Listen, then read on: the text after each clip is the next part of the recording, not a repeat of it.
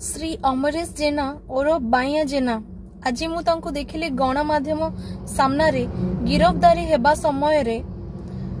मो ना उच्चारण करिसेंती कि ए विषय रे अर्चना नाग को पचारंतु बोली। आज्ञा आपण मानक जरिया रे मु स्पष्ट कर देबा चाहूची मु ए घटना विषय रे किछि जानि नाही किंबा ए घटना रे पीड़िता को मु चिन्हि नाही। कौन ए घटनार सत्य सत्य सी ही जानिथिबे एवं पीड़िता जानिथिबे, किंतु एतिकी ए केस रु मु स्टडी कली से आज जणाई दैछंती समग्र ओडिसावासी को कि से किभଳି कुकर्म रे संपृक्त थिले। एवं आउ गोटे कथा इम्पोर्टेंट कथा हैला कि सी जो मो ना नहीं कि उच्चारण करछंती कि अर्चना नाग को पचारंतु बोली से एथिरे स्पष्ट कर दउछंती कि सी मो प्रति हेतिबा अन्याय अत्याचार एवं केस रो संपूर्ण मास्टरमाइंड और सी मो घटना रे संपृक्त थिले।